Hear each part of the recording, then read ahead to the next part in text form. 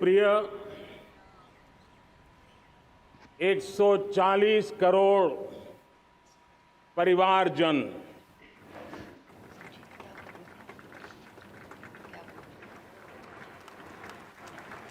दुनिया का सबसे बड़ा लोकतंत्र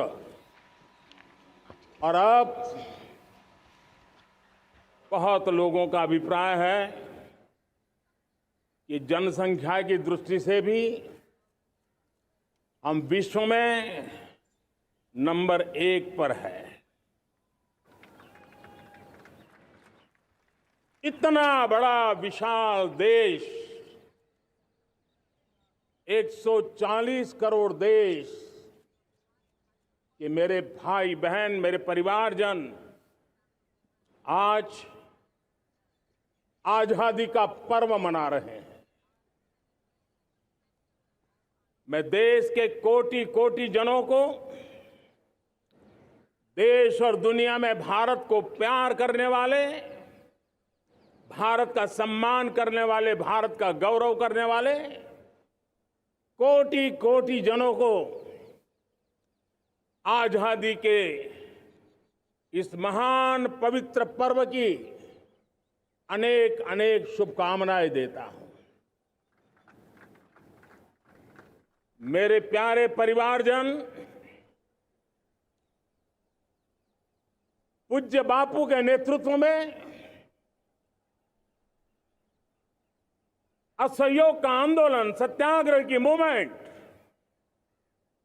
और भगत सिंह, सुखदेव, राजगुरु जैसे अनगिनत वीरों का बलिदान, उस पीढ़ी में शायद ही कोई व्यक्ति होगा जिसने देश की आजादी में अपना योगदान न दिया हो। मैं आज देश की आजादी के जंग में जिन जिन ने योगदान दिया है, बलिदान दिए हैं, त्याग किया है, तपस्या की है, उन सबको आदरपूर्वक नमन करता हूं, उनका अभिनंदन करता हूं। आज 15 अगस्त महान क्रांतिकारी और अध्यात्म जीवन के ऋषितुल्य प्रणेता श्री अरबिंदो की 150वीं जयंती पूर्ण हो रही है। ये वर्ष स्वामी दयानंद सरस्वती के 150वीं जयंती का वर्ष है। ये वर्ष रानी दुर्गावती के 500वीं जन्मशती का बहुत ही पवित्र अवसर है, जो पूरा देश बड़े धामधूम से मनाने वाला है। ये वर्ष मीराबाई, भक्ति योग की सिरमौर मीराबाई के 525 वर्ष का भी ये पावन पर्व है। ये बार जो 26 जनवरी हम मनाएंगे वो हमारे गणतंत्र दिवस की 75वीं वर्षगांठ होगी। अनेक प्रकार से अनेक अवसर, अनेक संभावनाएं राष्ट्र निर्माण में जुटे रहने के लिए पल पल नई प्रेरणा, पल पल नई चेतना, पल पल सपने, पल पल संकल्प, शायद इससे बड़ा कोई अवसर नहीं हो सकता। मेरे प्यारे परिवारजन, इस बार प्राकृतिक आपदा ने देश के अनेक हिस्सों में अकल्पनीय संकट पैदा किए। जिन परिवारों ने इस संकट में सहन किया है, मैं उन सभी परिवारजनों के प्रति अपनी संवेदना प्रकट करता हूं और राज्य और केंद्र सरकार मिलकर के उन सभी संकटों से जल्दी से मुक्त होकर के फिर तेज गति से आगे बढ़ेंगे, ये मैं विश्वास दिलाता हूं। मेरे प्यारे परिवारजनों, पिछले कुछ सप्ताह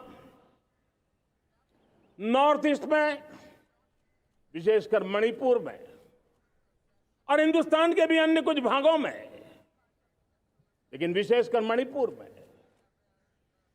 जो हिंसा का दौर चला, कई लोगों को अपना जीवन खोना पड़ा, मां बेटियों के सम्मान के साथ खिलवाड़ हुआ। लेकिन कुछ दिनों से लगातार शांति की खबरें आ रही हैं। देश मणिपुर के लोगों के साथ है। देश मणिपुर के लोगों को पिछले कुछ दिनों से जो शांति बनाए रखी है, उस शांति के पर्व को आगे बढ़ाएं और शांति से ही समाधान का रास्ता निकलेगा। और राज्य और केंद्र सरकार मिलकर के उन समस्याओं के समाधान के लिए भरपूर प्रयास कर रही है, करती रहेगी। मेरे प्यारे परिवारजनों, जब हम इतिहास की तरफ नजर करते हैं तो इतिहास में कुछ पल ऐसे आते हैं जो अपनी अमिट छाप छोड़ करके जाते हैं और उसका प्रभाव सदियों तक रहता है। और कभी कभी शुरुआत में वो बहुत छोटा लगता है, छोटी सी घटना लगती है, लेकिन वो अनेक समस्याओं की जड़ बन जाती है। हमें याद है 1000-1200 साल पहले इस देश पर आक्रमण हुआ। एक छोटे से राज्य के छोटे से राजा का पराजय हुआ, लेकिन तब पता तक नहीं था कि एक घटना भारत को 1000 साल की गुलामी में फंसा देगी। और हम गुलामी में जकड़ते गए, जो आया लूटता गया, जो जिसका मन चाहा हम पे आके सवार हो गया। कैसा विपरीत काल रहा होगा वो 1000 साल का। मेरे प्यारे परिवारजनों,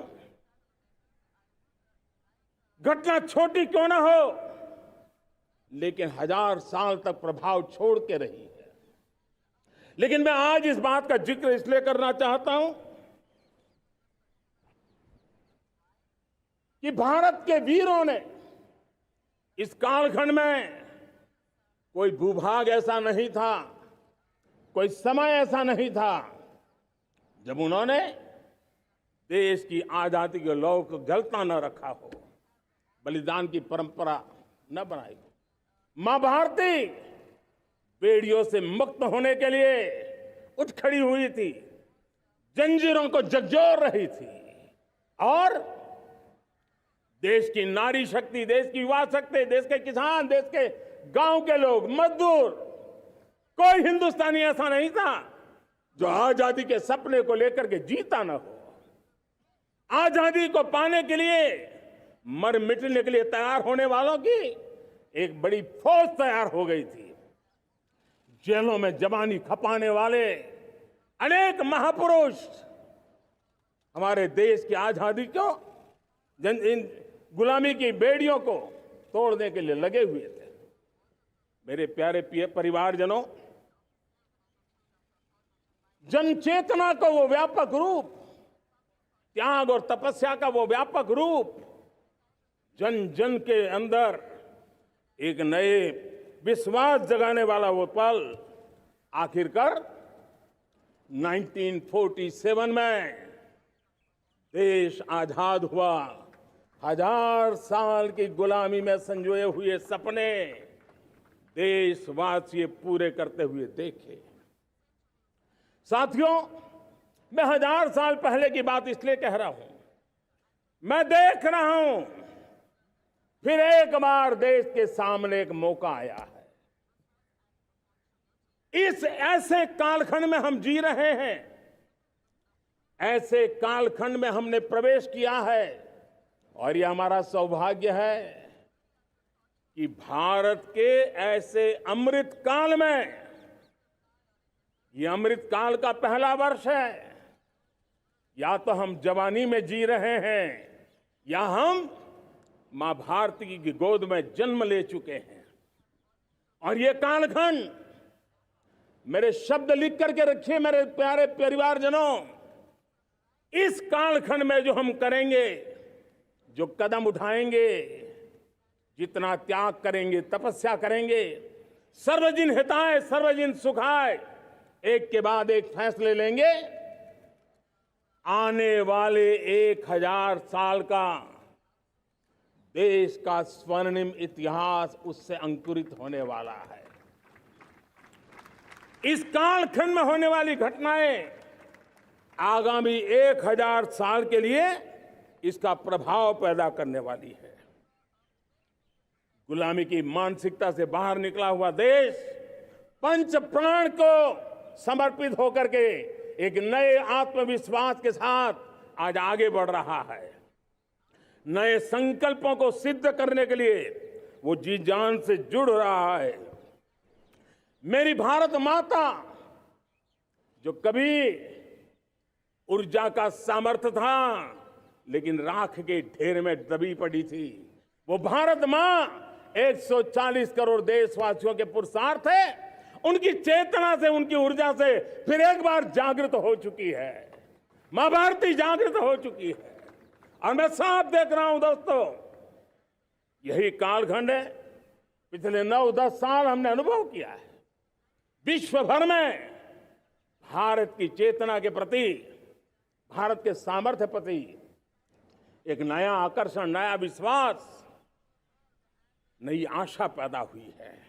और ये प्रकाश पुंज जो भारत से उठा है, वो विश्व को उसमें अपने लिए ज्योति नजर आ रही है। विश्व को एक नया विश्वास पैदा हो रहा है। हमारा सौभाग्य है, कुछ ऐसी चीजें हमारे पास हैं जो हमारे पूर्वजों ने हमें विरासत में दी है और वर्तमान कालखंड ने गढ़ी है।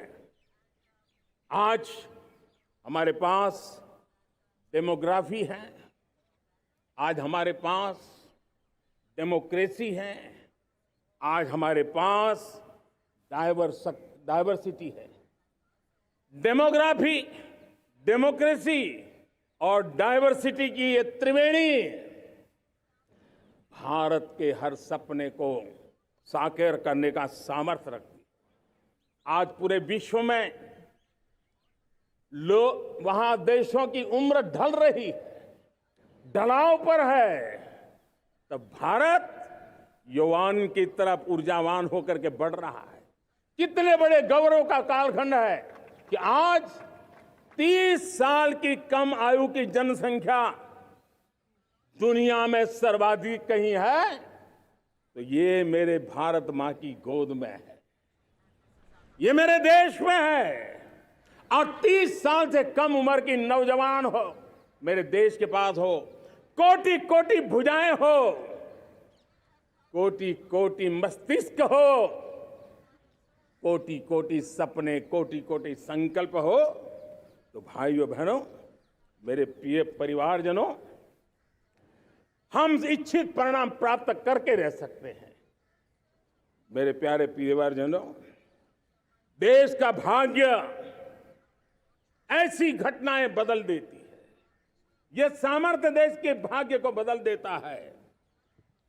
भारत 1000 साल की गुलामी और आने वाले 1000 साल के भव्य भारत के बीच में पड़ाव पर हम खड़े हैं, एक ऐसी संधि पर खड़े हैं। और इसलिए अब हमें न रुकना है, न दुविधा में जीना है। मेरे प्यारे प्रिय परिवारजनों, हमें खोई हुई उस विरासत का गर्व करते हुए, खोई हुई समृद्धि को प्राप्त करते हुए, हमें फिर एक बार, और ये बात मान के चले, हम जो भी करेंगे, हम जो भी कदम उठाएंगे, हम जो भी फैसला लेंगे, वो अगले 1000 साल तक अपनी दिशा निर्धारित करने वाला है, भारत के भाग्य को लिखने वाला है। मैं आज मेरे देश के नौजवानों को, मेरे देश की बेटे बेटियों को ये जरूर कहना चाहूंगा, जो सौभाग्य आज मेरे युवाओं को मिला है, ऐसा सौभाग्य शायद ही किसी के नसीब होता है जो आपके नसीब हुआ है। और इसलिए हमें ये गंवाना नहीं है। युवा शक्ति पर मेरा भरोसा है, युवा शक्ति में सामर्थ्य है, और हमारी नीतियां, हमारी रीतियां भी उस युवा सामर्थ्य को और बल देने के लिए है। आज मेरे युवाओं ने दुनिया में पहले 3 स्टार्टअप इकोसिस्टम में भारत को स्थान दिला दिया है। विश्व के युवाओं को अचंभा हो रहा है भारत के इस सामर्थ्य को लेकर के, भारत की इस ताकत को देख करके। आज दुनिया टेक्नोलॉजी ड्रिवन है और आने वाला युग टेक्नोलॉजी से प्रभावित रहने वाला है, और तब टेक्नोलॉजी में भारत की जो टैलेंट है उसकी एक नई भूमिका रहने वाली है। साथियों, मैं पिछले दिनों G20 समिट में बाली गया था, और बाली में दुनिया के समृद्ध देश, दुनिया के विकसित देश भी, उनके मुखिया मुझे भारत की डिजिटल इंडिया की सफलता के लिए बारीकियों से जानने के लिए इच्छुक थे। हर कोई इसका सवाल पूछता था, और जब मैं उनको कहता था कि भारत ने जो कमाल किया है ना, वो दिल्ली, मुंबई, चेन्नई तक सीमित नहीं है। भारत ने जो कमाल कर रहा है, मेरे टियर 2, टियर 3 सिटी के युवा भी आज मेरे देश का भाग्य गढ़ रहे हैं, छोटे छोटे स्थान के मेरे नौजवान। और मैं आज बड़े विश्वास से कहता हूं, देश का ये जो सामर्थ्य नया नजर आ रहा है, और इसलिए मैं कहता हूं, हमारे छोटे शहर आकार और आबादी में छोटे हो सकते हैं। ये हमारे छोटे छोटे शहर, हमारे कस्बे आकार और आबादी में छोटे हो सकते हैं, लेकिन आशा और आकांक्षा, प्रयास और प्रभाव वो किसी से कम नहीं है। वो सामर्थ्य उनके अंदर है। नए ऐप्स, नए सॉल्यूशन, टेक्नोलॉजी डिवाइस। अब खेलों की दुनिया देखिए, कौन बच्चे हैं? झुग्गी झोंपड़ी से निकले हुए बच्चे आज खेलों की दुनिया में पराक्रम दिखा रहे हैं। छोटे छोटे गांव के, छोटे छोटे कस्बे के नौजवान, हमारी बेटे बेटियां आज कमाल दिखा रही हैं। अब देखिए, मेरे देश की 100 जितनी स्कूल ऐसी हैं जहां के बच्चे सैटेलाइट बना करके सैटेलाइट छोड़ने की तैयारियां कर रही हैं। आज हजारों टिंकरिंग लैब नए वैज्ञानिकों का गर्भाधान कर रही है। आज हजारों टिंकरिंग लैब लाखों बच्चों को साइंस और टेक्नोलॉजी की राह पर आगे बढ़ने के लिए प्रेरणा दे रही हैं। मैं मेरे देश के नौजवानों को कहना चाहता हूं, अवसरों की कमी नहीं है। आप जितने अवसर चाहेंगे, ये देश आसमान से भी ज्यादा अवसर आपने देने का सामर्थ्य रखता है। मैं आज लाल किले की प्राचीर से मेरे देश की माताओं, बहनों, मेरे देश की बेटियों को हृदय से अभिनंदन करना चाहता हूं। देश आज जब पहुंचा है, अब विशेष शक्ति जुड़ रही है मेरी माताओं बहनों के सामर्थ्य की। आज देश प्रगति की राह पर चल पड़ा है, तो मैं मेरे किसान भाई बहनों का भी अभिनंदन करना चाहता हूं। ये आप ही का पुरुषार्थ है, ये आप ही का परिश्रम है कि देश आज कृषि क्षेत्र में आगे बढ़ रहा है। मैं मेरे मजदूरों का, मेरे श्रमिकों का, मेरे प्रिय परिवारजन, ऐसे कोटि कोटि श्रमिकों को आज मैं नमन करता हूं, उनका अभिनंदन कर रहा हूं। देश आज जो आधुनिकता की ओर बढ़ रहा है, विश्व की तुलना करने वाले सामर्थ्य के साथ नजर आ रहा है, उसके पीछे मेरे देश के मजदूरों का, मेरे देश के श्रमिकों का बहुत बड़ा योगदान है। आज समय कहता है कि लाल किले की प्राचीर से मैं उनका अभिनंदन करूं, उनका अभिवादन करूं, और ये मेरे परिवारजन 140 करोड़ देशवासी, मेरे इन श्रमिकों का, रेहड़ी पटरी वालों का, फूल सब्जी बेचने वालों का हम सम्मान करते हैं। मेरे देश को आगे बढ़ाने में, मेरे देश को प्रगति की नई ऊंचाई पर ले जाने में प्रोफेशनल्स की बहुत बड़ी भूमिका है, बढ़ती रही है। चाहे साइंटिस्ट हो, चाहे इंजीनियर्स हो, डॉक्टर्स हो, नर्सिस हो, शिक्षक हो, आचार्य हो, यूनिवर्सिटीज हो, गुरुकुल हो, हर कोई मां भारती का भविष्य उज्जवल बनाने के लिए अपनी पूरी ताकत से लगा हुआ है। मेरे प्यारे परिवारजनों, राष्ट्रीय चेतना वो एक ऐसा शब्द है जो हमें चिंताओं से मुक्त कर रहा है, और आज वो राष्ट्रीय चेतना ये सिद्ध कर रही है कि भारत का सबसे बड़ा सामर्थ्य बना है भरोसा, भारत का सबसे बड़ा सामर्थ्य बना है विश्वास। जन जन में हमारा विश्वास, जन जन का सरकार पर विश्वास, जन जन का देश के उज्जवल भविष्य पर विश्वास, और विश्व का भी भारत के प्रति विश्वास। ये विश्वास हमारी नीतियों का है, हमारी रीति का है। भारत के उज्जवल भविष्य को जिस निर्धारित मजबूत कदमों से हम आगे बढ़ा रहे हैं, उसका है। भाइयों बहनों, मेरे प्यारे परिवारजनों, ये बात निश्चित है कि भारत का सामर्थ्य और भारत की संभावनाएं विश्वास की नई बुलंदियों को पार करने वाली है, और ये विश्वास की नई बुलंदियां नए सामर्थ्यों को लेकर के चलनी चाहिए रही है। आज देश में G20 समिट के मेहमान नवाजी का भारत को अवसर मिला है। अब पिछले एक साल से हिंदुस्तान के हर कोने में जिस प्रकार से G20 के अनेक ऐसे आयोजन हुए, अनेक कार्यक्रम हुए हैं, उसने देश के सामान्य मानवी के सामर्थ्य को विश्व को परिचित करा दिया है, भारत की विविधता का परिचय कराया है, भारत की डायवर्सिटी को दुनिया अचंभे से देख रही है, और उसके कारण भारत के तरफ आकर्षण बढ़ा है, भारत को जानने की, समझने की इच्छा जगी है। उसी प्रकार से आप देखिए एक्सपोर्ट, आज भारत का एक्सपोर्ट के तेजी से बढ़ रहा है, और मैं कहना चाहता हूं दुनिया के एक्सपर्ट्स इन सारे मानदंडों के आधार पर कह रहे हैं कि अब भारत रुकने वाला नहीं है। दुनिया की कोई भी रेटिंग एजेंसी होगी वो भारत का गौरव कर रही है।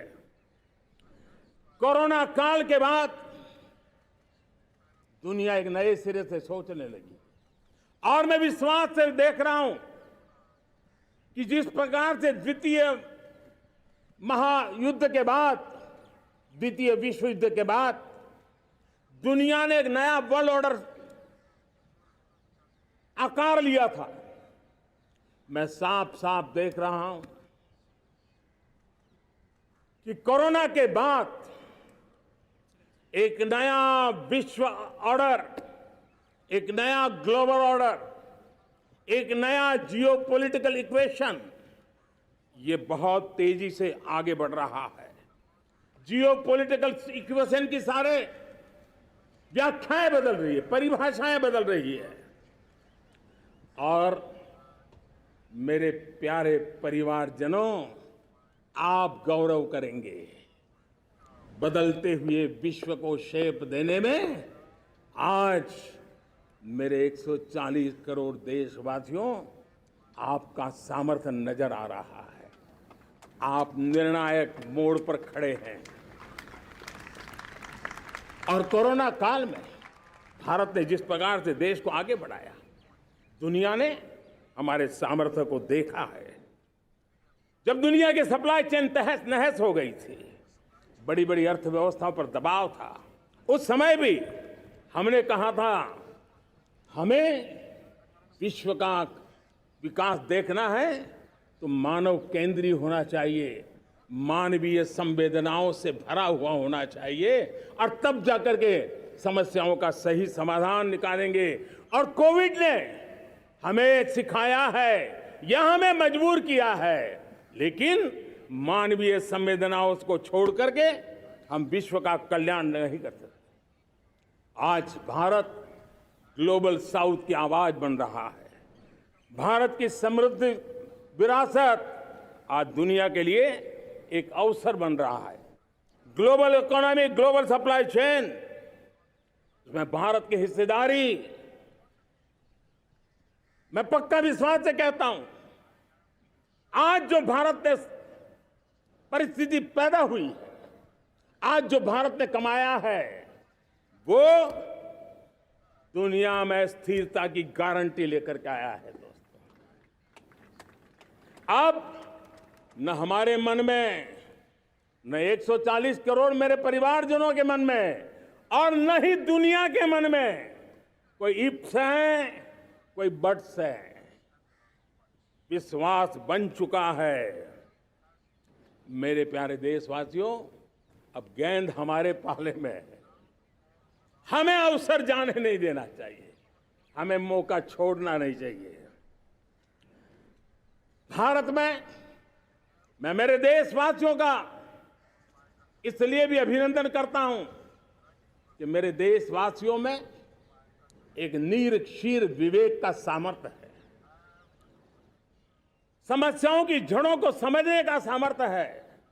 और इसलिए 2014 में मेरे देशवासियों ने 30 साल के अनुभव के बाद तय किया कि देश को आगे ले जाना है तो स्थिर सरकार चाहिए, मजबूत सरकार चाहिए, पूर्ण बहुमत वाली सरकार चाहिए।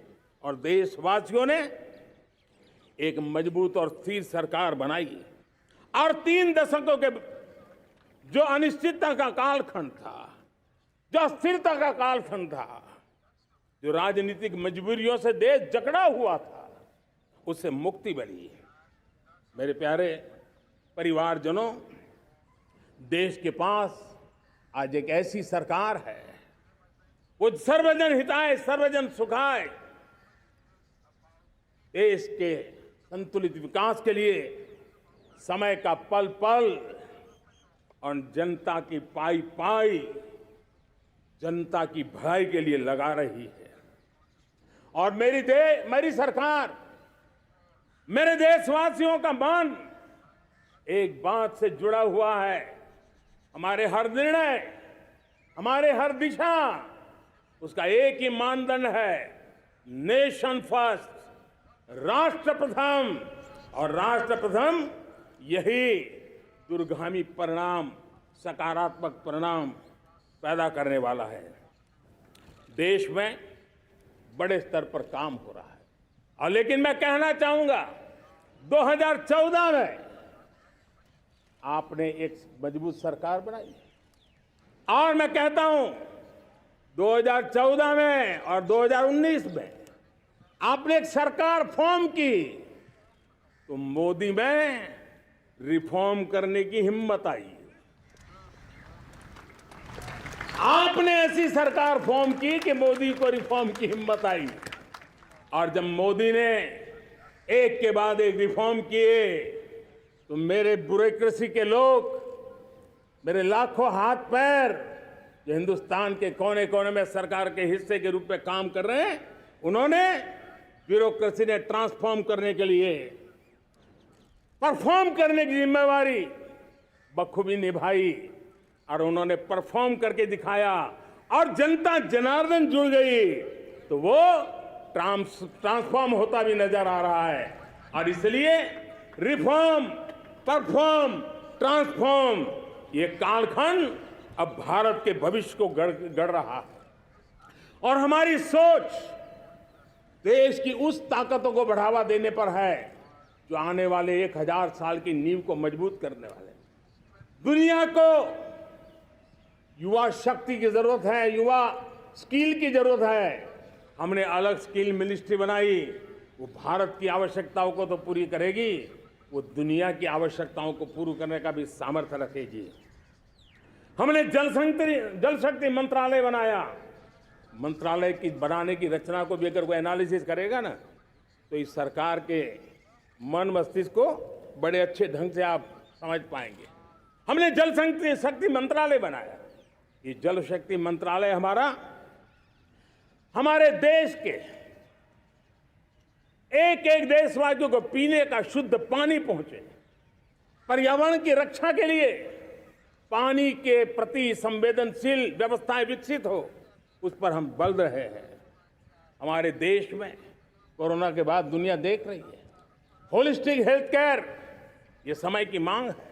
हमने अलग आयुष मंत्रालय बनाया और योग और आयुष आज दुनिया में अपना परचम लहरा रहे हैं। हमने दुनिया को हमारे कमिटमेंट के कारण विश्व का हमारे प्रति ध्यान गया है। अगर हम ही हमारे इस सामर्थ्य को नकार देंगे तो फिर दुनिया कैसे स्वीकार करेगी। लेकिन जब मंत्रालय बना तो दुनिया को भी उसका मूल्य समझने आया। मत्स्य पालन, हमारा इतना बड़ा समुद्री तट, हमारे कोटि कोटि मछुआरे भाई बहन, उनका कल्याण भी हमारे दिलों में है। और इसलिए हमने अलग से मत्स्य पालन को लेकर के, पशुपालन को लेकर के, डेयरी को लेकर के अलग मंत्रालय की रचना की, ताकि समाज के जिस वर्ग के लोग पीछे रह गए उनको हम साथ लें। देश में सरकारी अर्थव्यवस्था के हिस्से होते हैं, लेकिन समाज की अर्थव्यवस्था का एक बड़ा हिस्सा है कोऑपरेटिव मूवमेंट। उसको बल देने के लिए, उसको आधुनिकता लाने के लिए और देश के कोने कोने में लोकतंत्र की एक सबसे बड़ी इकाई को मजबूत करने के लिए हमने अलग कोऑपरेटिव मंत्रालय बनाया। और वो हमारी सहकारी संस्थाएं उसका जाल बिछा रहा है, ताकि गरीब से गरीब की वहां सुनवाई हो, उसकी आवश्यकताओं की पूर्ति हो, और वो भी राष्ट्र की विकास की योगदान में एक छोटी इकाई का हिस्सा बनकर के उसमें वो योगदान दे रखें। हमने सहकार से समृद्धि का रास्ता अपनाया है। मेरे प्यारे परिवारजनों, जब हम लोग 14 में आए थे तो हम वैश्विक अर्थव्यवस्था में 10वें नंबर पर थे, और आज 140 करोड़ देशवासियों का पुरुषार्थ रंग लाया है कि हम विश्व की अर्थव्यवस्था में 5वें नंबर पर पहुंच चुके हैं। और ये ऐसे ही नहीं हुआ है। जो एक भ्रष्टाचार का राक्षस देश को दबोचे हुए थे, लाखों करोड़ के घोटाले अर्थव्यवस्था को डामाडोल कर रहे थे, गवर्नेंस फ्रेजाइल फाइल में देश की पहचान होने लगी थी, लीकेजेस को हमने बंद किया, मजबूत अर्थव्यवस्था बनाई। हमने गरीब कल्याण के लिए ज्यादा से ज्यादा धन खर्चने का प्रयास किया। और आज मैं देशवासियों को बताना चाहता हूं कि जब देश आर्थिक रूप से समृद्ध होता है तो सिर्फ तिजोरी नहीं बढ़ती है, देश का सामर्थ्य बढ़ता है, देशवासियों का सामर्थ्य बढ़ता है। और तिजोरी का पाई पाई अगर ईमानदारी से जनता जनार्दन के लिए खर्च करने का संकल्प लेने वाली सरकार हो तो परिणाम के साथ है। मैं 10 साल का हिसाब तिरंगे की साक्षी में लाल किले की प्राचीर से मेरे देशवासियों को दे रहा हूं। आंकड़े देख करके आपको लगेगा इतना बड़ा बदलाव, इतना बड़ा सामर्थ्य। 10 साल पहले राज्यों को 30 लाख करोड़ रुपए भारत सरकार की तरफ से जाते थे। पिछले 9 साल में यह आंकड़ा 100 लाख करोड़ पर पहुंचा है। पहले स्थानीय निकाय के विकास के लिए भारत सरकार के खजाने से 70,000 करोड़ रुपया जाता था। आज वो 3 लाख करोड़ से भी ज्यादा जा रहा है। पहले गरीबों के घर बनाने के लिए 90,000 करोड़ रुपया खर्च होता था। आज वो 4 गुना होकर के 4 लाख करोड़ से भी ज्यादा खर्च गरीबों के घर बनाने के लिए हो रहा है। पहले गरीबों को यूरिया सस्ता मिले, जो यूरिया की बैग दुनिया के कुछ बाजारों में 3,000 में बिकती है, वो यूरिया की बैग मेरे किसानों को 300 में मिले। और इसलिए देश की सरकार 10 लाख करोड़ रुपया मेरे किसानों की यूरिया में सब्सिडी दे रहा है। मुद्रा योजना 20 लाख करोड़ रुपए, उससे भी ज्यादा मेरे देश के नौजवानों को स्वरोजगार के लिए, अपने व्यवसाय के लिए, अपने कारोबार के लिए दिए हैं। 8 करोड़ लोगों ने नया कारोबार शुरू किया है। और 8 करोड़ लोगों ने कारोबार शुरू किया है तो नहीं, हर कारोबारी ने एक या दो लोगों को रोजगार दिया है। 8 से 10 करोड़ नए लोगों को रोजगार देने का सामर्थ्य ये मुद्रा योजना से लाभ लेने वाले 8 करोड़ नागरिकों का रहा है। एमएसएमई को करीब 3.5 लाख करोड़ रुपए की मदद से कोरोना के संकट में भी उनको डूबने नहीं दिया, मरने नहीं दिया, उनको एक ताकत दी है। 1 रैंक 1 पेंशन मेरे देश के सेना के जवानों का एक सम्मान का विषय था। 70,000 करोड़ रुपया भारत की तिजोरी से आज पहुंचा है, मेरे निवृत्त सेना के नायकों के जेब में, उनके परिवार में पहुंचा है। सभी कैटेगरी में, मैंने तो कुछ ही गिनाए, मैं ज्यादा समय लेना नहीं चाहता। हर कैटेगरी में पहले की तुलना में अनेक गुना धन देश के विकास के लिए, कोने कोने में रोजगार पैदा करने के लिए, पाई पाई का उपयोग भारत का भाग्य बदलने के लिए हो, और इसलिए हमने काम किया है। और मेरे प्यारे प्रियजनों, इतना ही नहीं, हमने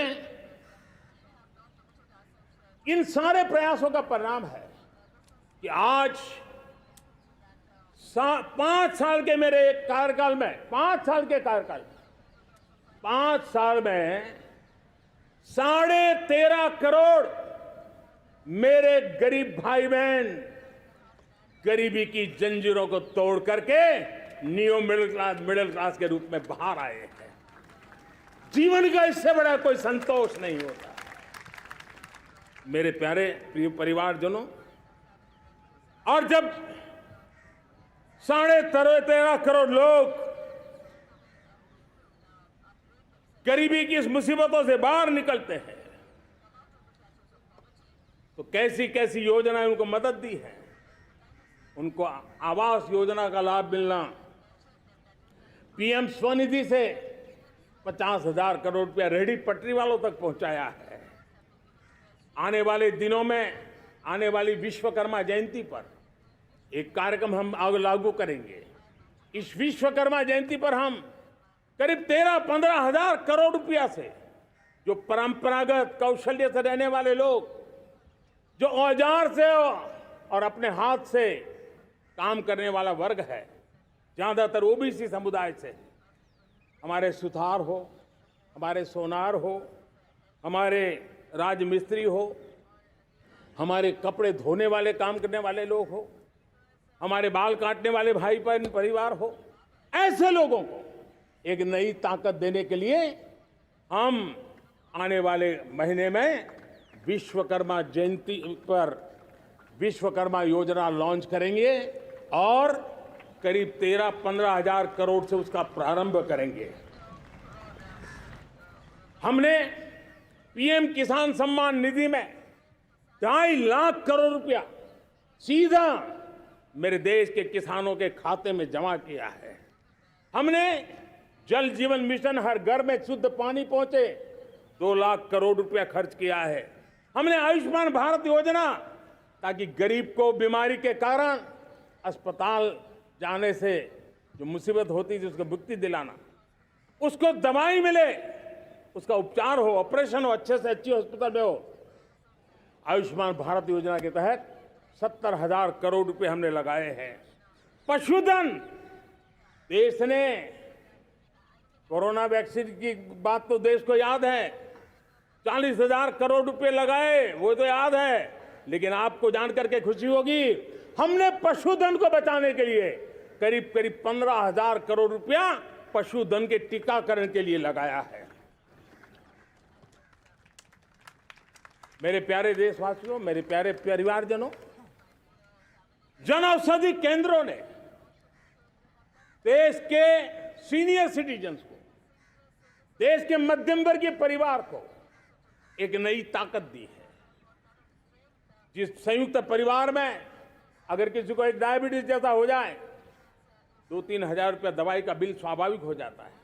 हमने जन औषधि केंद्र से जो दवाई बाजार में 100 रुपये में मिलती है, वो 10 रुपया, 15 रुपया, 20 रुपये में दी।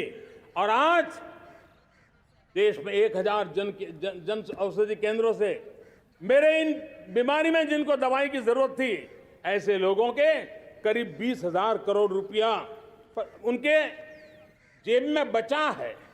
और ये ज्यादातर मध्यम वर्ग के परिवार के लोग हैं।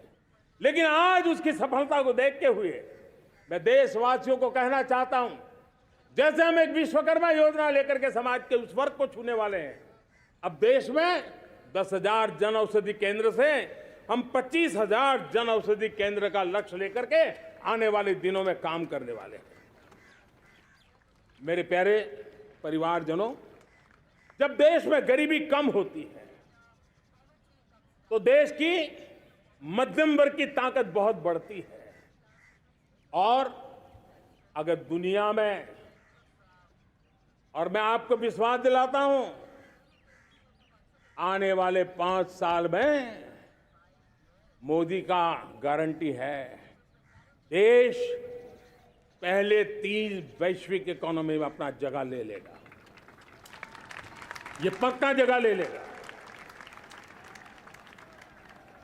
आज जो 13.5 करोड़ गरीबी से बाहर आए हुए लोग हैं, वो एक प्रकार से मध्यम वर्ग की ताकत बन जाते हैं।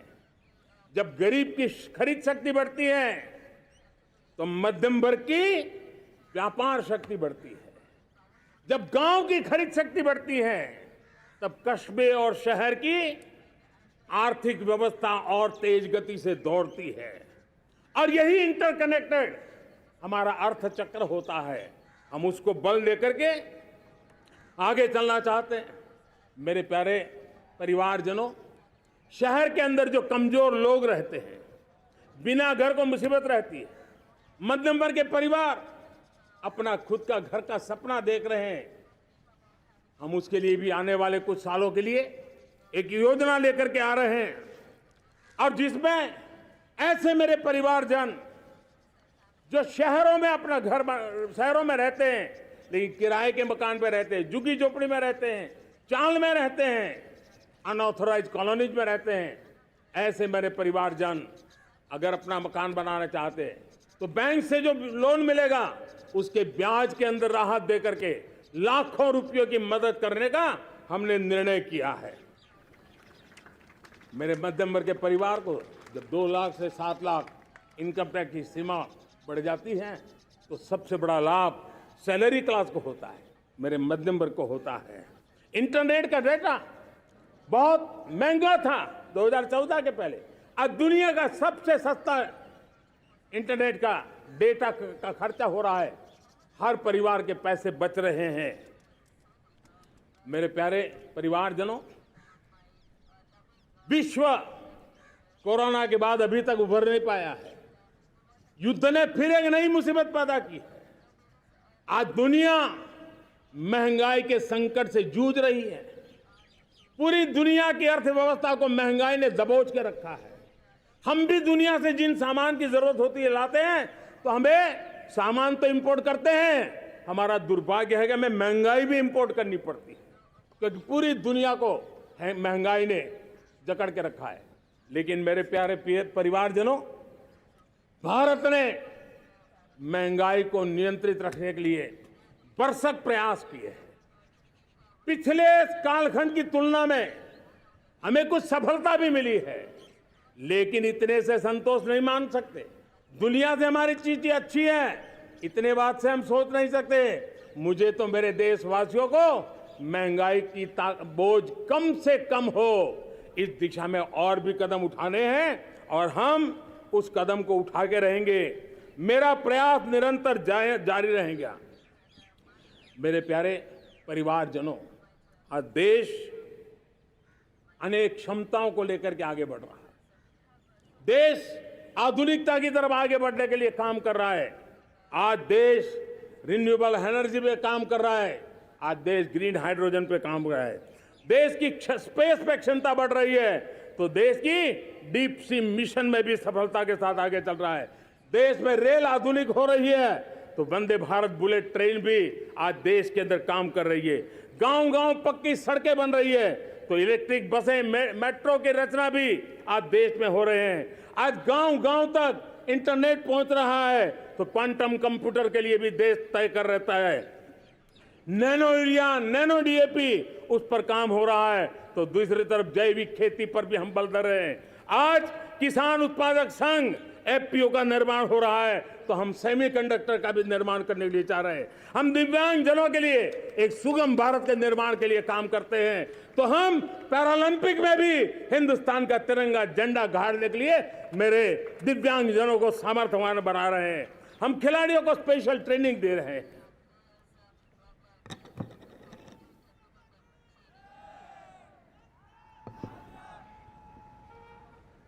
आज भारत पुरानी सोच, पुराने ढर्रे को छोड़ करके लक्ष्यों को तय करके लक्ष्यों को प्राप्त करने की दिशा से चल रहा है। और जब मैं कहता हूं ना कि जिसका शिलान्यास हमारी सरकार करती है, उसका उद्घाटन भी हमारे कालखंड में करते हैं। इन दिनों जो मैं शिलान्यास कर रहा हूं ना, आप लिख के रखिए, उसके उद्घाटन भी आप सबने मेरे नसीब में ही छोड़े हुए हैं। हमारी कार्य संस्कृति, बड़ा सोचना, दूर का सोचना, सर्वजन हिताय सर्वजन सुखाय सोचना, यह हमारी कार्यशैली रही है। और सोच से भी ज्यादा, संकल्प से भी ज्यादा हासिल कैसे करना, इस ऊर्जा के साथ हम काम करते हैं। हमने आजादी के काल अमृत महोत्सव में 75,000 अमृत सरोवर बनाने का संकल्प किया था। उस समय हमने हर जिले में 75 अमृत सरोवर बनाना संकल्प किया था। करीब 50-55 हजार अमृत सरोवर की कल्पना की थी, लेकिन आज करीब 75,000 अमृत सरोवर का काम निर्माण हो रहा है। ये अपने आप में बहुत बड़ा काम हो रहा है। जनशक्ति और जल शक्ति की ताकत भारत के पर्यावरण की रक्षा में भी काम आने वाली है। 18,000 गांवों तक बिजली पहुंचाना, जनधन बैंक खाते खोलना, बेटियों के लिए शौचालय बनाना, सारे टारगेट समय के पहले पूरी शक्ति से पूरे करेगा। और जब भारत ठान लेता है तो उसे पूरा करके रहता है। ये हमारा ट्रैक रिकॉर्ड कहता है। 200 करोड़ वैक्सीनेशन का काम, दुनिया हमें जब पूछती है 200 करोड़ सुनती है, उनकी आंखें फट जाती है। इतना बड़ा काम ये मेरे देश के आंगनवाड़ी वर्कर, हमारी आशा वर्कर, हमारी हेल्थ वर्कर, उन्होंने करके दिखा। यह मेरे देश का सामर्थ्य है। 5G को रोल आउट किया, दुनिया में सबसे तेज गति से 5G रोल आउट करने वाला मेरा देश है। 700 से अधिक जिलों तक हम पहुंच चुके हैं और अब 6G की भी तैयारी कर रहे हैं। हमने टास्क फोर्स बना दिया है। रिन्यूएबल एनर्जी, हम टारगेट से पहले चले हैं। हमने रिन्यूएबल एनर्जी 2030 का जो टारगेट तय किया था, 21-22 में इसको पूरा कर दिया। हमने इथेनॉल में 20% ब्लेंडिंग की बात कही थी, वो भी हमने समय से 5 साल पहले पूरा कर दिया। हमने $500 बिलियन के एक्सपोर्ट की बात की थी, वो भी समय के पहले $500 बिलियन से ज्यादा कर दिया। हमने तय किया, जो हमारे देश में 25 साल से चर्चा हो रही थी कि देश में नई संसद बने, पार्लियामेंट का कोई सत्र ऐसा नहीं था नई संसद के। ये मोदी है, समय के पहले नई संसद बना करके रख दिया। मेरे प्यारे भाई बहनों, ये काम करने वाली सरकार है, निर्धारित लक्ष्यों को पार करने वाली सरकार है। ये नया भारत है, ये आत्मविश्वास से भरा हुआ भारत है, ये संकल्पों को चरितार्थ करने के लिए जी जान से जुटा हुआ भारत है। और इसलिए ये भारत न रुकता है, ये भारत न थकता है, ये भारत न हाँफता है और न ही ये भारत हारता है। और इसलिए मेरे प्यारे परिवारजनों, आर्थिक शक्ति बढ़ी है तो हमारी सामरिक शक्ति को भी एक नई ताकत मिली है। हमारी सीमाएं पहले से अधिक सुरक्षित हुई है और मेरे सीमा पर बैठे हुए मेरे जवान जो देश की सीमाओं की रक्षा कर रहे हैं और मेरे देश की आंतरिक सुरक्षा के संभालने वाले यूनिफॉर्म फोर्सेस, मैं आजादी के इस पावन पर्व पर उनको भी अनेक अनेक बधाई देते हुए मेरी बात को आगे बढ़ाता हूं। सेना का अधिकरण हो, हमारी सेना युवा बने, हमारी सेना बैटल के लिए रेडी, युद्ध योग्य बने, इसलिए निरंतर रिफॉर्म का काम आज हमारी सेना में हो रहा है।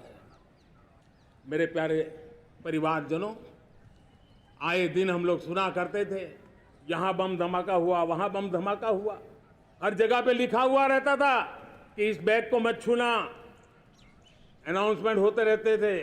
आज देश सुरक्षा की अनुभूति कर रहा है और जब सुरक्षा होती है, शांति होती है, तो प्रगति के नए अरमान हम पूरे कर सकते हैं। उसको लिए सीरियल बम धमाके का जमाना बीती हुई बात हो गई है।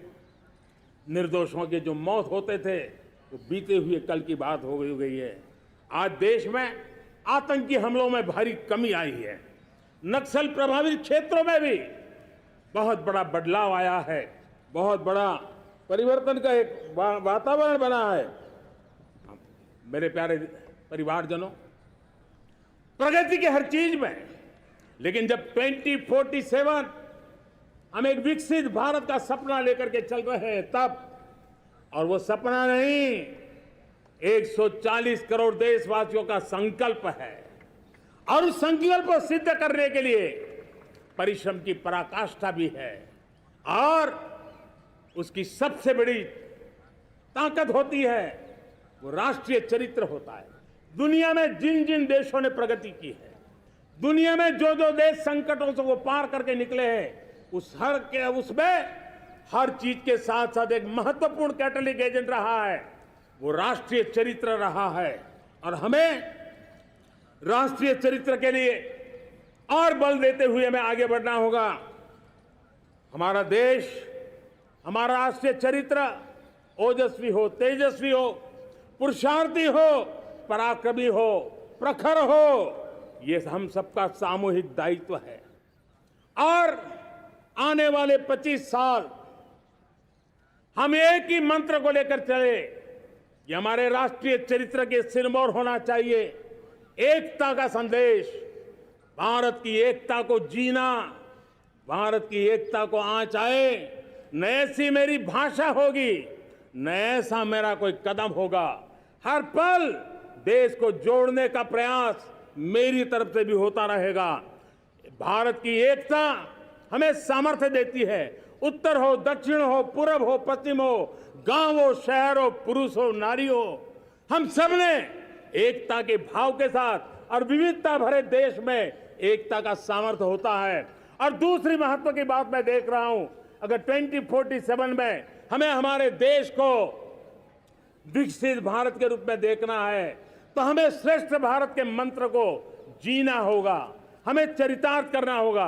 अब हमारे प्रोडक्शन में, मैंने 2014 में कहा था जीरो डिफेक्ट, जीरो इफेक्ट। दुनिया के किसी भी टेबल पर मेक इन इंडिया चीज हो तो दुनिया को विश्वास होना चाहिए, इससे बेहतर दुनिया में कुछ नहीं हो सकता है। ये अल्टीमेट होगा। हमारी हर चीज, हमारी सर्विसेज होगी तो श्रेष्ठ होगी, हमारे शब्द की ताकत होगी तो श्रेष्ठ होगी, हमारी संस्थाएं होगी तो श्रेष्ठ होगी, हमारी निर्णय प्रक्रियाएं होगी तो श्रेष्ठ होगी। ये श्रेष्ठता का भाव लेकर के हमें चलना होगा। तीसरी बात है, देश में आगे बढ़ाने के लिए एक अतिरिक्त शक्ति का सामर्थ्य भारत को आगे ले जाने वाला है, और वो है विमेन लेड डेवलपमेंट। आज भारत गर्व से कह सकता है कि दुनिया में नागरिक उड्डयन में अगर किसी एक देश में सबसे ज्यादा विमेन पायलट हैं तो मेरे देश में है। आज चंद्रयान की गति हो, मून मिशन की बात हो, मेरी विमेन साइंटिस्ट उसका नेतृत्व कर रहे हैं। आज विमेन सेल्फ हेल्प ग्रुप हो, मेरी 2 करोड़ लखपति दीदी का लक्ष्य लेकर के आज विमेन सेल्फ हेल्प ग्रुप पे हम काम कर रहे हैं। हमारी नारी शक्ति के सामर्थ्य को बढ़ावा देते हुए विमेन लेड डेवलपमेंट के, और जब G20 में मैंने विमेन लेड डेवलपमेंट के विषय को आगे बढ़ाया है तो पूरा G20 समूह इसके महत्व को स्वीकार कर रहा है, और उसके महत्व को स्वीकार कर करके वो उसको बहुत बल दे रहे हैं। उसी प्रकार से भारत विविधताओं से भरा देश है। असंतुलित विकास के हम शिकार रहे हैं। मेरा पराया का के कारण हमारे देश के कुछ हिस्से उसके शिकार रहे हैं। अब हमें रीजनल एस्पिरेशंस को, संतुलित विकास को बल देना है, और रीजनल एस्पिरेशंस को लेकर के उस भावना को हमें सम्मान देते हुए, जैसे हमारी भारत माँ का कोई, हमारा शरीर का कोई अंग अगर अविकसित रहे तो हमारा शरीर विकसित नहीं माना जाएगा। हमारा शरीर का कोई अंग दुर्बल रहे तो हमारा शरीर स्वस्थ नहीं माना जाएगा। वैसे ही मेरी भारत माता, उसका कोई एक भूभाग भी, समाज का कोई तबका भी अगर दुर्बल रहे तो मेरी भारत माता समर्थ है, स्वस्थ है, ऐसा बैठ कर हम नहीं बैठ सकते। और इसलिए रीजनल एस्पिरेशंस को हमने एड्रेस करने की आवश्यकता है, और इसलिए हम समाज का सर्वांगीण विकास हो, सर्वस्पर्शी विकास हो, भूभाग के हर क्षेत्र को उसकी अपनी ताकत को खिलने का अवसर मिले, उस दिशा में आगे बढ़ना चाहते हैं। मेरे प्यारे परिवारजनों, भारत एक मदर ऑफ डेमोक्रेसी है। भारत मॉडल ऑफ डाइवर्सिटी भी है। भाषाएं अनेक हैं, बोलियां अनेक हैं, परिधान अनेक हैं, विविधताएं बहुत है। हमने उन सारे को आधार पर आगे बढ़ना है। मेरे प्यारे परिवारजनों, देश के जब मैं एकता की बात करता हूं, तब अगर घटना मणिपुर में होती है तो पीड़ा महाराष्ट्र में होती है। अगर बाढ़ आसाम में आती है तो बेचैन केरला हो जाता है। हिंदुस्तान के किसी भी हिस्से में कुछ भी हो, हम एक अंगांगी भाव की अनुभूति करते हैं। मेरे देश की बेटियों पर जुल्म न हो, यह हमारा सामाजिक भी दायित्व है, यह हमारा पारिवारिक दायित्व भी है, और ये देश के नाते हम सबका दायित्व है। आज जब अफगानिस्तान से गुरु ग्रंथ साहब के स्वरूप को लाते हैं तो पूरा देश गौरव की अनुभूति करता है। जब आज दुनिया के किसी देश में कोविड के काल में मेरा कोई सिख भाई लंगर लगाता है, भूखों को खिलाता है, और दुनिया में वाहवाही होती है, तो हिंदुस्तान का सीना चौड़ा हो जाता है।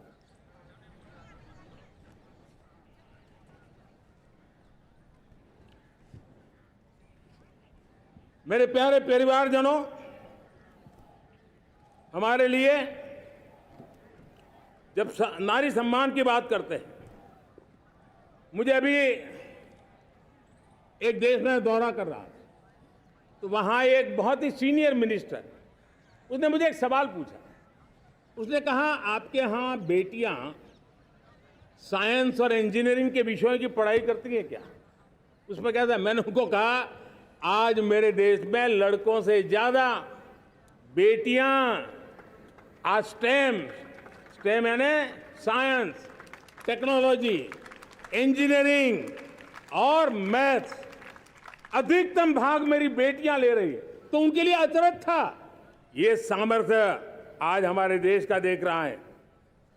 मेरे प्यारे परिवारजनों, आज 10 करोड़ महिलाएं विमेन सेल्फ हेल्प में जुड़ी हुई है, और विमेन सेल्फ हेल्प ग्रुप के साथ आप गांव में जाएंगे तो आपको बैंक वाली दीदी मिलेगी, आपको आंगनवाड़ी वाली दीदी मिलेगी, आपको दवाई देने वाली दीदी मिलेगी। और अब मेरा सपना है 2 करोड़ लखपति दीदी बनाने का, गांव में 2 करोड़ लखपति दीदी। और इसके लिए एक नया अभिगम भेजा। साइंस और टेक्नोलॉजी, हमारे गांव की महिलाओं का भी सामर्थ्य देखता हूं मैं, और इसलिए हम एक नई योजना सोच रहे हैं कि हमारे एग्रीकल्चर सेक्टर में टेक्नोलॉजी आए, एग्रीटेक को बल मिले। इसलिए विमेन सेल्फ हेल्प ग्रुप की बहनों को हम ट्रेनिंग देंगे, ड्रोन चलाने की, ड्रोन रिपेयरिंग की हम ट्रेनिंग देंगे, और हजारों ऐसे विमेन सेल्फ हेल्प ग्रुप को भारत सरकार ड्रोन देगी, ट्रेनिंग देगी, और हमारे एग्रीकल्चर के काम में ड्रोन की सेवाएं उपलब्ध हो। इसके लिए हम शुरुआत करेंगे। प्रारंभ हम 15,000 विमेन सेल्फ हेल्प ग्रुप के द्वारा ये ड्रोन की उड़ान का हम आरंभ कर रहे हैं। मुझे विश्वास है कि इसके कारण हमारे परिवारजनों का, मेरे प्यारे परिवारजनों, आज देश आधुनिकता की तरफ बढ़ रहा है। हाईवे हो, रेलवे हो, एयरवे हो, हाईवेज हो, इंफॉर्मेशन वेज, वाटरवेज हो, कोई क्षेत्र ऐसा नहीं है जिस क्षेत्र को आगे बढ़ाने की दिशा में आज देश काम न करता हो। पिछले 9 वर्ष में तटीय क्षेत्रों में हमने, आदिवासी क्षेत्र में, हमारे पहाड़ी क्षेत्र में विकास को बहुत बढ़ दिया है। हमने पर्वतमाला, भारतमाला ऐसी योजनाओं के द्वारा समाज के उस वर्ग को हमने बल दिया है। हमने गैस की पाइपलाइन से हमारे पूर्वी भारत को जोड़ने का काम किया है। हमने अस्पतालों की संख्या बढ़ाई है, हमने डॉक्टर की सीटें बढ़ाई हैं ताकि हमारे बच्चे डॉक्टर बनने का सपना पूरा कर सके। हमने मातृभाषा में पढ़ाने पर बल दिया है, अब मातृभाषा में वो पढ़ाई कर सके उस दिशा में। और मैं भारत के सुप्रीम कोर्ट का भी धन्यवाद करता हूं कि भारत की सुप्रीम कोर्ट ने कहा है कि आप जो जजमेंट देंगे उसका जो ऑपरेटिव पार्ट होगा वो जो अदालत में आया है उसकी भाषा में उसको उपलब्ध होगा। मातृभाषा का महात्म्य आज बढ़ रहा है। मेरे प्यारे भाई परिवारजनों, आज तक हमारे देश के जो बॉर्डर विलेज हैं, हमने वाइब्रेंट बॉर्डर विलेज का एक कार्यक्रम शुरू किया है। और वाइब्रेंट बॉर्डर विलेज, अब तक इसके लिए कहा जाता था देश के आखिरी गांव। हमने उस पूरी सोच को बदला है। वो देश का आखिरी गांव नहीं है, सीमा पर जो नजर आ रहा है वो मेरे देश का पहला गांव है। अगर सूरज उगता है पूरब में तो उस तरफ के गांव में पहली सूरज की किरण आती है। अगर सूरज ढलता है तो इस तरफ के गांव में आखिरी किरण उसका लाभ मिलता है। ये मेरे पहले गांव है और मुझे खुशी है कि आज मेरे इस कार्यक्रम के विशेष मेहमान, ये जो पहले गांव है, सीमावर्ती गांव है, उसके 600 प्रधान आज इस लाल किले की प्राचीर के इस महत्वपूर्ण कार्यक्रम का हिस्सा बनने के लिए आए। पहली बार वो इतनी दूर तक आए हैं, नए संकल्प और सामर्थ्य के साथ जुड़ने के लिए आया है। मेरे प्यारे परिवारजनों, हमने संतुलित विकास के लिए एस्पिरेशनल डिस्ट्रिक्ट, एस्पिरेशनल ब्लॉक की कल्पना की और आज उसके सुखद परिणाम मिल रहे हैं। आज राज्य के जो नॉर्मल पैरामीटर्स हैं, जो एस्पिरेशनल डिस्ट्रिक्ट कभी बहुत पीछे थे, वो आज राज्य में भी अच्छा करने लग गए हैं। और मुझे विश्वास है कि आने वाले दिनों में ये हमारे आकांक्षी जिले, हमारे आकांक्षी बॉल अवश्य आगे बढ़ेंगे। जैसे मैंने कहा था, भारत का चरित्र की चर्चा कर रहा था, तो मैंने पहला कहा था भारत की एकता, दूसरा कहा था भारत श्रेष्ठता की तरफ बल दें, तीसरा कहा था विमेन लेड डेवलपमेंट की मैंने बात कही थी, और मैं आज एक बात और कहना चाहता हूं कि हम जैसे रीजनल एस्पिरेशन, मैंने चौथी बात कही थी, पांचवी महत्व की बात, और भारत ने उस दिशा में ध्यान, और वो है हमारा राष्ट्रीय चरित्र विश्व मंगल के लिए सोचने वाला होना चाहिए। हमें देश को इतना मजबूत बनाना है जो विश्व मंगल के लिए भी अपनी भूमिका अदा करे। और आज कोरोना के बाद मैं देख रहा हूं जिस प्रकार से संकट की घड़ी में देश ने दुनिया की मदद की, उसका परिणाम है कि आज दुनिया में हमारा देश एक विश्व मित्र के रूप में, विश्व का अटूट साथी के रूप में आज मेरे देश की पहचान बनी है। हमें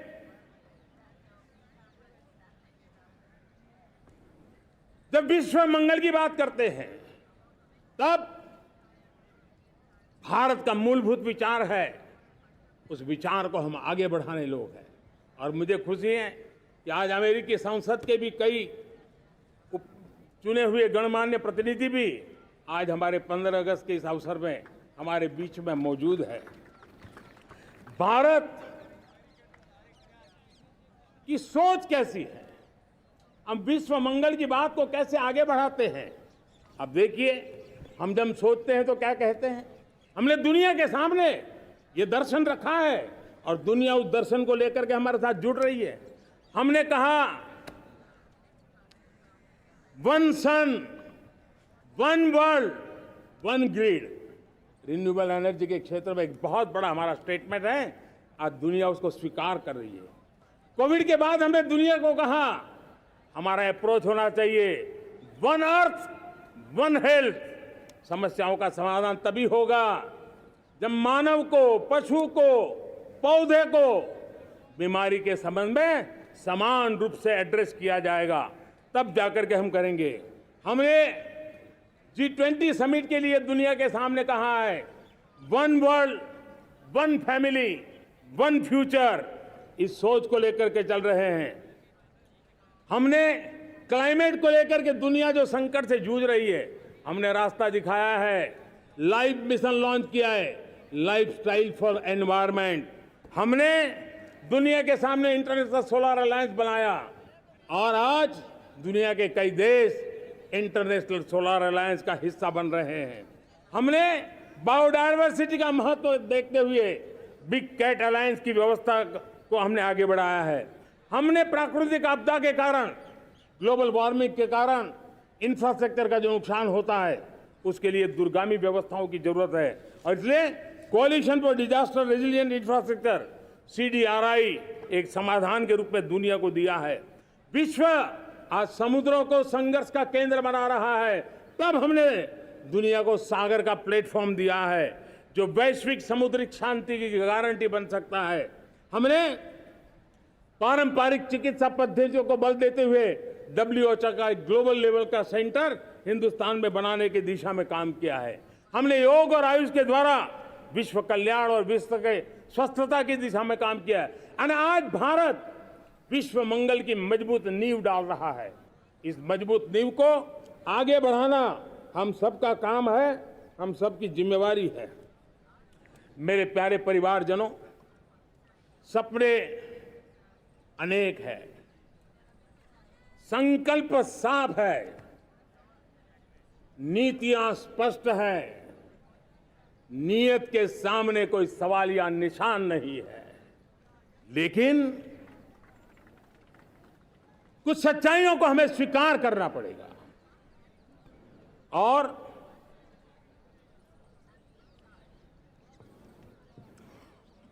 उसके समाधान के लिए मेरे प्रिय परिवारजनों, मैं आज लाल किले से आपकी मदद मांगने आया हूं।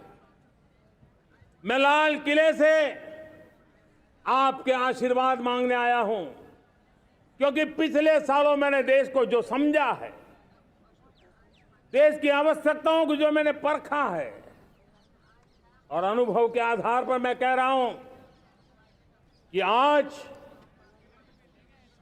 गंभीरतापूर्वक उन चीजों को हमें लेना होगा। आजादी के अमृत काल में 2047 में जब देश आजादी के 100 साल मनाएगा, उस समय दुनिया में भारत का तिरंगा झंडा विकसित भारत का तिरंगा झंडा होना चाहिए।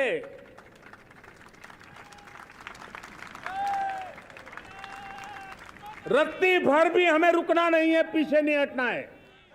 और इसके लिए शुचिता,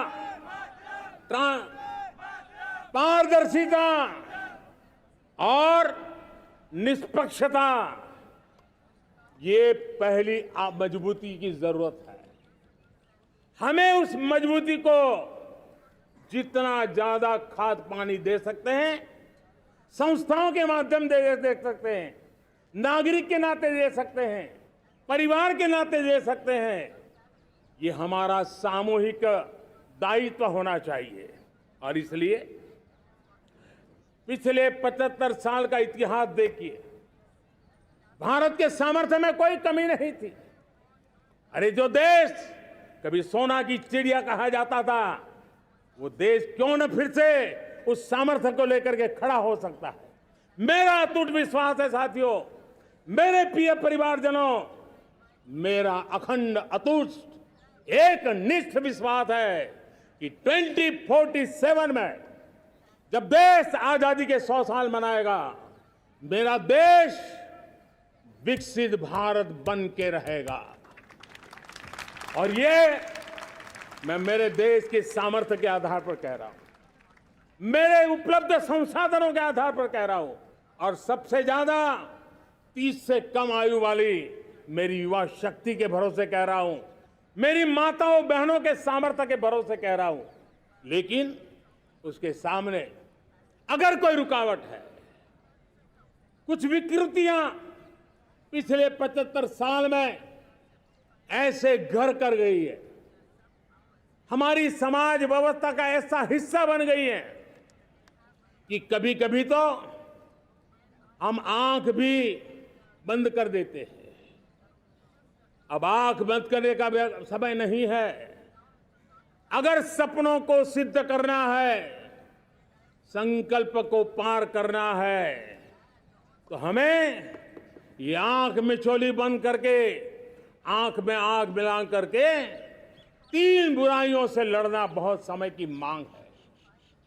हमारे देश की सारी समस्याओं की जड़ में भ्रष्टाचार ने दिमक की तरह देश की सारी व्यवस्थाओं को, देश के सामर्थ्य को पूरी तरह नोच लिया है। भ्रष्टाचार से मुक्ति, भ्रष्टाचार के खिलाफ जंग हर इकाई में, हर क्षेत्र में। और मैं देशवासियों, मेरे प्रिय परिवारजनों, ये मोदी के जीवन का कमिटमेंट है। ये मेरे अंतर्गत व्यक्तित्व का एक कमिटमेंट है कि मैं भ्रष्टाचार के खिलाफ लड़ाई लड़ता रहूंगा। दूसरा, हमारे देश को नोच लिया है परिवारवाद ने। इस परिवारवाद ने देश को जिस प्रकार से जकड़ के रखा है, उसने देश के लोगों का हक छीना है। और तीसरी बुराई तुष्टीकरण की है। ये तुष्टीकरण में भी देश के मूलभूत चिंतन को, देश के सर्व समावेशक हमारे राष्ट्रीय चरित्र को दाग लगा दिए हैं, तहस नहस कर दिया है इन लोगों ने। और इसलिए मेरे प्यारे देशवासियों, इसलिए मेरे प्यारे परिवारजनों, हमें इन 3 बुराइयों के खिलाफ पूरे सामर्थ्य के साथ लड़ना है। भ्रष्टाचार, परिवारवाद, तुष्टीकरण, ये चुनौतियां हमारे, ये ऐसी चीजें पनपी है जो हमारे देश के लोगों का जो आकांक्षा है उसका दमन करती है। हमारे देश के कुछ लोगों के पास जो छोटा मोटा सामर्थ्य है उसका शोषण करती है। ये ऐसी चीजें हैं जो हमारे लोगों की आशा आकांक्षाओं को सवाल या निशान में गाड़ देती है। हमारे गरीब हो, हमारे दलित हो, हमारे पिछड़े हो, हमारे पसमानदा हो, हमारे आदिवासी भाई बहन हो, हमारी माताएं बहनें हो, हमने सबने उनके हकों के लिए इन 3 बुराइयों से मुक्ति पानी है। हमें भ्रष्टाचार के खिलाफ एक नफरत का माहौल बनाना है। जैसे गंदगी हमें नफरत पैदा करती है ना मन में, गंदगी पसंद नहीं है, ये सार्वजनिक जीवन की इससे बड़ी कोई गंदगी नहीं हो सकती। और इसलिए हमारे स्वच्छता अभियान को एक नया मोड़ ये भी देना है कि हमें भ्रष्टाचार से मुक्ति पानी है। सरकार टेक्नोलॉजी से भ्रष्टाचार की मुक्ति के लिए बहुत प्रयास कर रही है। आपको जानकर के हैरानी होगी, इस देश में पिछले 9 साल में एक काम मैंने ऐसे किया, आंकड़ा सुनोगे तो लोग कहेंगे मोदी ऐसा करता है, जैसे 10 करोड़ लोग करीब करीब जो गलत फायदा उठाते थे वो मैंने रोक दिया। तो आप में से कोई कहेगा आपने लोगों से अन्याय कर दिया। जी नहीं, ये 10 करोड़ कौन लोग थे? ये 10 करोड़ वो लोग थे जिनका जन्म ही नहीं हुआ था और उनके नाम पर उनके विडो हो जाते थे, वो वृद्ध हो जाते थे, वो दिव्यांग हो जाते थे, फायदे लिए जाते थे। 10 करोड़ ऐसे बेनामी जो चीजें चलती थी उसको रोकने का पवित्र काम, भ्रष्टाचारियों की संपत्ति जो हमने जब्त की है ना, वो पहले की तुलना में 20 गुना ज्यादा की है। मेरे प्यारे परिवारजनों, ये आपकी कमाई का पैसा लोग लेकर के भागे थे, 20 गुना ज्यादा संपत्ति को जब्त करने का। और इसलिए लोगों की मेरे प्रति नाराजगी होना बहुत स्वाभाविक है, लेकिन मुझे भ्रष्टाचार के खिलाफ की लड़ाई को आगे बढ़ाना है। हमारे सरकारी व्यवस्था ने पहले कैमरा के सामने तो कुछ हो जाता था, लेकिन बाद में चीजें अटक जाती थी।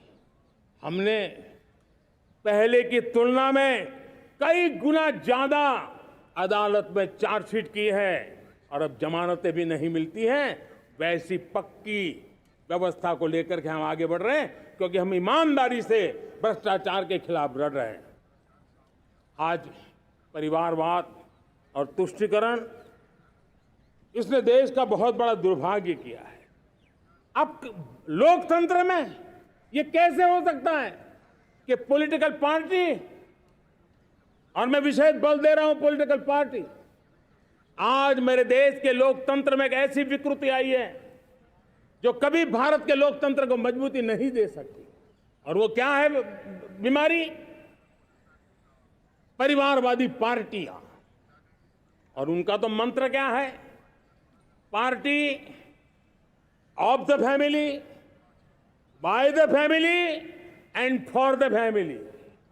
इनका तो जीवन मंत्र यही है कि उनकी पॉलिटिकल पार्टी, उनका राजनीतिक दल परिवार का, परिवार के द्वारा और परिवार के लिए, परिवारवाद और भाई भतीजावाद प्रतिभाओं के दुश्मन होते हैं, योग्यता को नकारते हैं, सामर्थ्य को स्वीकार नहीं करते हैं।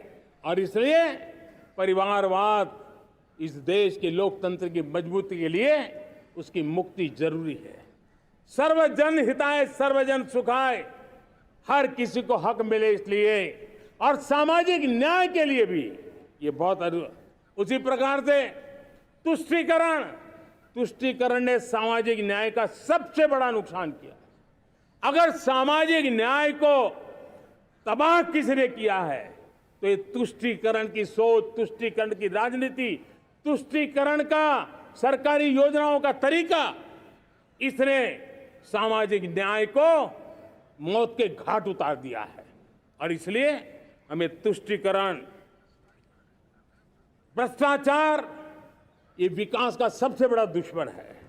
अगर देश विकास चाहता है, देश 2047 विकसित भारत का सपना का साकार करना चाहता है, तो हमारे लिए आवश्यक है कि हम किसी भी हालत में देश में भ्रष्टाचार को सहन नहीं करेंगे। इस मूड को लेकर के चलना चाहिए। मेरे प्यारे परिवारजनों, हम सबका एक बहुत बड़ा महत्वपूर्ण दायित्व है। आपने जिस प्रकार से जिंदगी जी है, हमारे आने वाली पीढ़ी को ऐसी जिंदगी जीने के लिए मजबूर करना, यह हमारा गुनाह है। यह हमारा दायित्व है कि हमारे आने वाली पीढ़ी को हम ऐसा समृद्ध देश दें, ऐसा संतुलित देश दें, ऐसा सामाजिक न्याय की धरोहर वाला देश दें, ताकि छोटी छोटी चीजों को पाने के लिए उन्हें कभी भी संघर्ष न करना पड़े। हम सभी का कर्तव्य, हर नागरिक का कर्तव्य है, और ये अमृत काल कर्तव्य काल है। हम कर्तव्य से पीछे नहीं उठ सकते।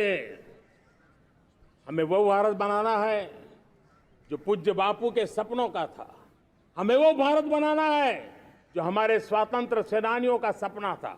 हमें वो भारत बनाना है जो हमारे वीर शहीदों का था, हमारी वीरांगनाओं का था, जिन्होंने मातृभूमि के लिए अपना जीवन दे दिया था।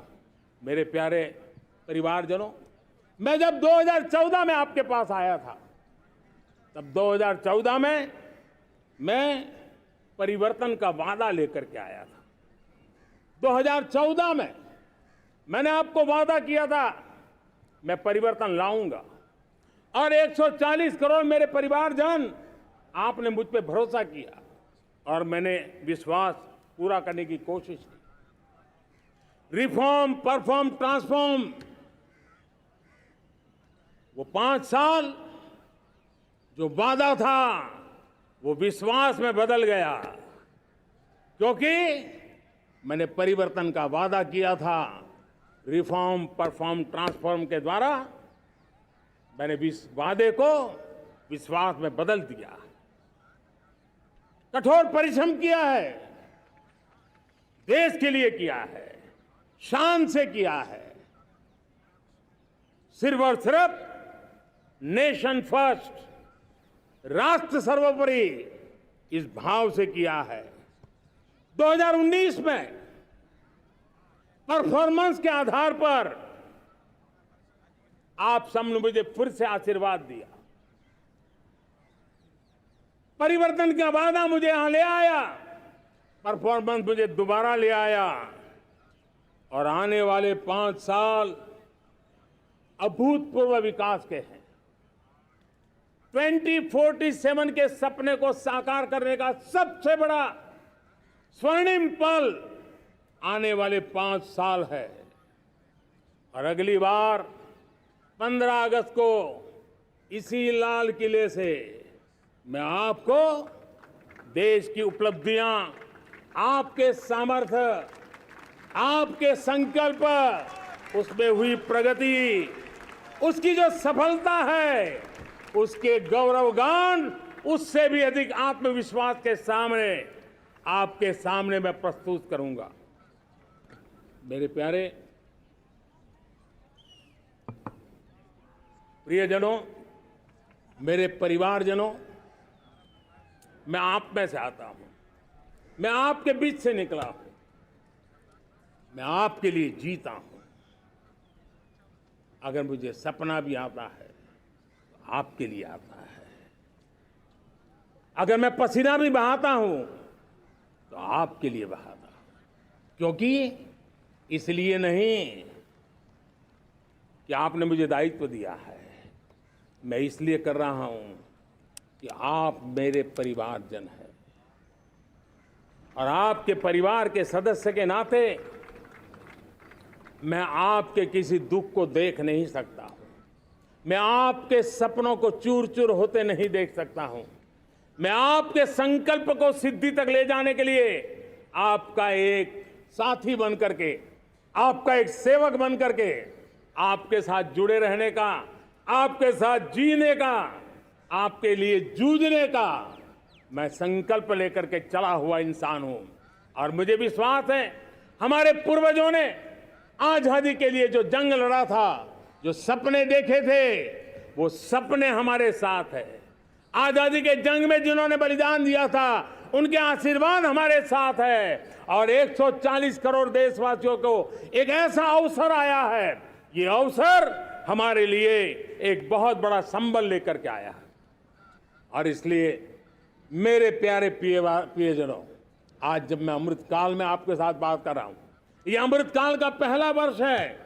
ये अमृतकाल के पहले वर्ष पर जब मैं आपसे बात कर रहा हूं तो मैं आपको पूरे विश्वास से कहना चाहता हूं, चलता चलाता काल चक्र, चलता चलाता काल चक्र, अमृत काल का भाल चक्र, चलता चलाता काल चक्र, अमृत काल का भाल चक्र, सबके सपने, सबके सपने अपने सपने, सबके सपने अपने सपने, पनपे सपने सारे, सबके सपने अपने सपने, पनपे सपने सारे,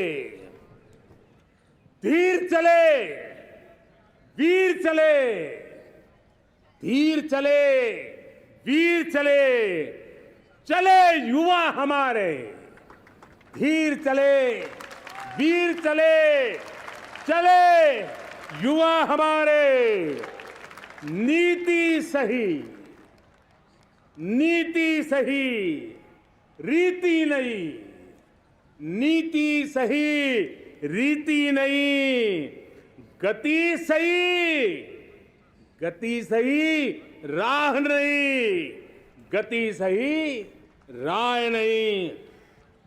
चुनो चुनो चुनौती, चुनो चुनौती सीना तान, चुनो चुनौती सीना तान, जग में बढ़ाओ देश का नाम, चुनो चुनौती सीना तान, जग में बढ़ाओ देश का नाम। मेरे प्यारे परिवारजनों, हिंदुस्तान के कोने कोने में बैठे हुए मेरे परिवारजन, दुनिया के कोने कोने में जाकर के बसे हुए मेरे परिवारजन, आप सबको आजादी के पावन पर्व की फिर एक बार मैं बहुत बहुत शुभकामनाएं देता हूं। ये अमृतकाल हम सबके लिए कर्तव्य काल है। ये अमृतकाल हम सबको मां भारती के लिए कुछ कर गुजारने का काल है। आजादी का जब जंग चल रहा था 1947 के पहले जो पीढ़ी ने जन्म लिया था उन्हें देश के लिए मरने का मौका मिला था। वो देश के लिए मरने के लिए मौका नहीं छोड़ते थे, लेकिन हमारे नसीब में देश के लिए मरने का मौका नहीं है।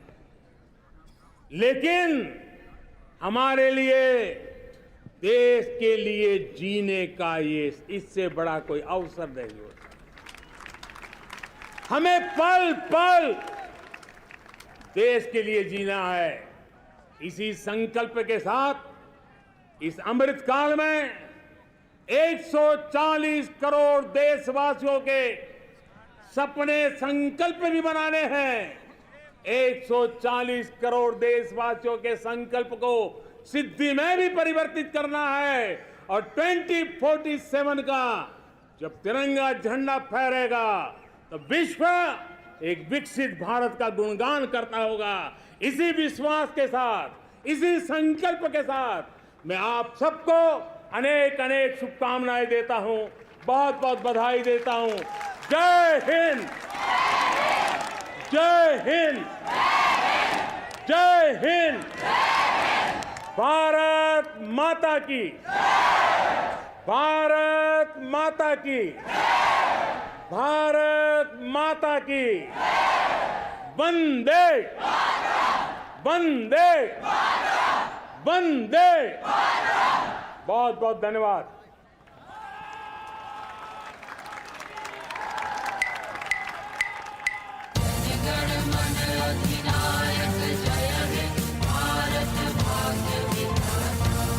पंजाब सिंध